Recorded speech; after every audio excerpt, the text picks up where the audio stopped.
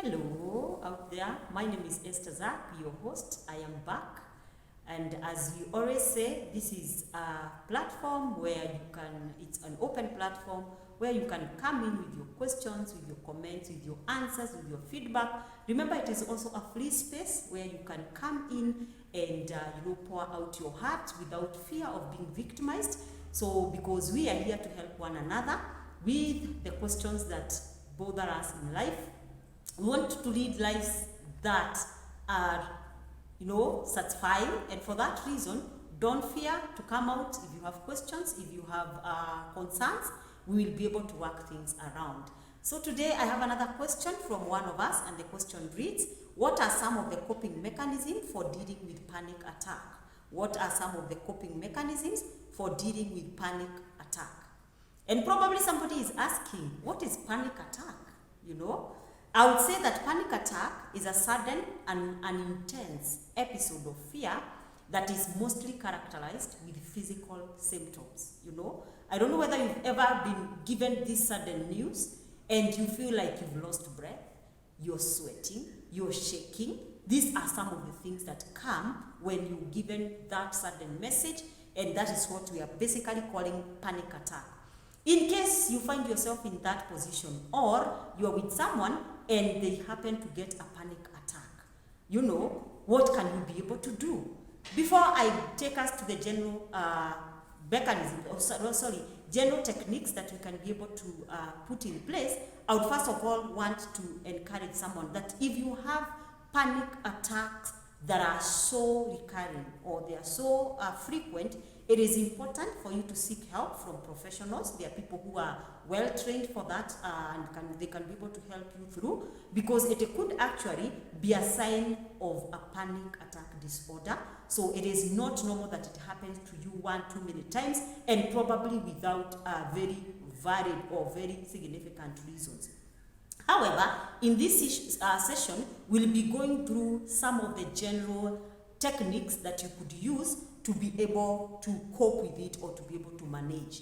If you find yourself in that situation, one thing that I will tell you to do is practice deep breathing. Intentionally take deep breath, breathe in, and then breathe out slowly.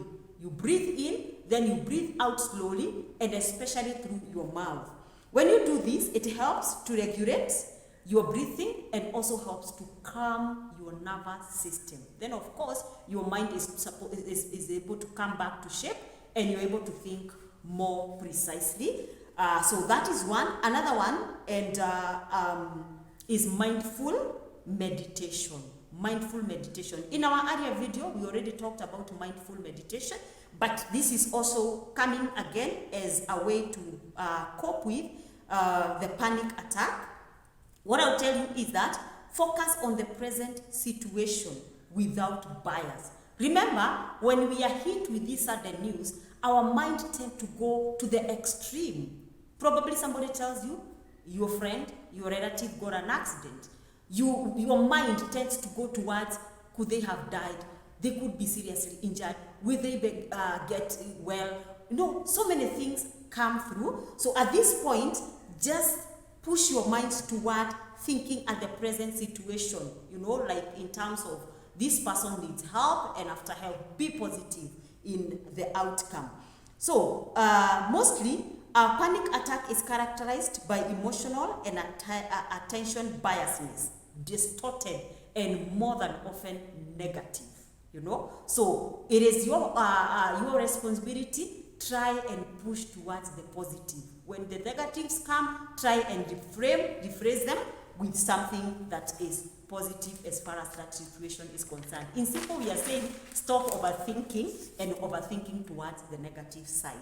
Another thing I would say is cognitive restructuring.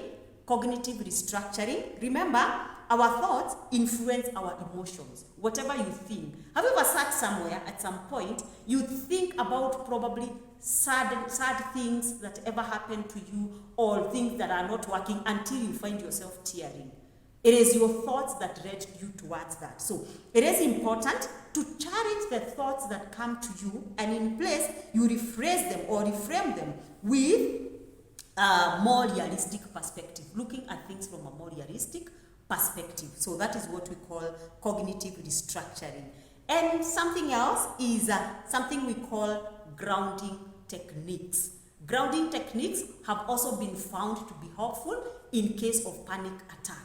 If you're standing somewhere and you happen to have something that pushes you towards that kind of an attack, try to ground yourself. Look for somewhere where you can lean, somewhere where against something that you can be able to hold on to. It is a grounding technique. When you are supported physically, it will somehow be able to help to calm your anxiety down, and also you are able to reconnect. I've ever heard people saying that, let me sit here so that I can think. Let me lean so that I can think.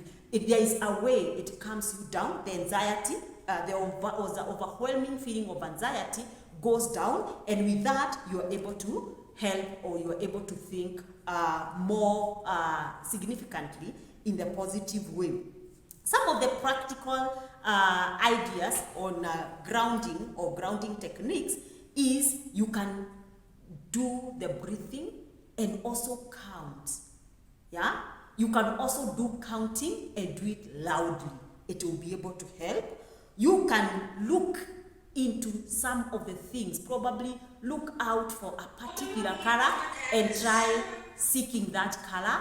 Look for, probably, let's say you've picked on a color, or on a color like blue. Can you try to look at things that are blue in color and try to count them? By the time you're done counting, you are able, the level of anxiety has gone down, and you can easily, or you can more easily think and be able to restructure your thoughts. So my dear friend, I would want to encourage you that practice these techniques, have them at the back of your mind. The more you practice them, the more you get used, and the more you are able to cope. However, as I said from the beginning, if panic attacks get you so often, please seek help. It could be a sign of a panic disorder. No, maybe you are those kind of people, something small like a bang on the door takes you off balance, something small like a child screaming takes you off balance. It is your high time to seek help, because it could be a sign of something more serious. So my friend, until next time, keep commenting, keep reaching out, let us connect, let us help one another. Bye, my friends.